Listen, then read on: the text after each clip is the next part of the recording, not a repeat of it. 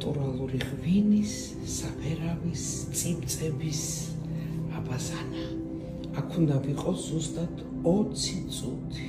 რათა კიდევ უფრო გავაახალგაზრდავდე, რათა კიდევ უფრო დავმშვენდდე, როგორ ვზრუნავ ჩემ თავზე ამ პენსიის პერიოდში, ხედავთ? ეხლა ჩასვლას და იქ წოლას ნუ გადამაღებინებ თქვენ ჯირიმი. აბა ჰე, თქვენ თვითონ მოდით და განიცადეთ ეს სიამოვნება. მოსახურებული გლინტვეინი. რა კაია.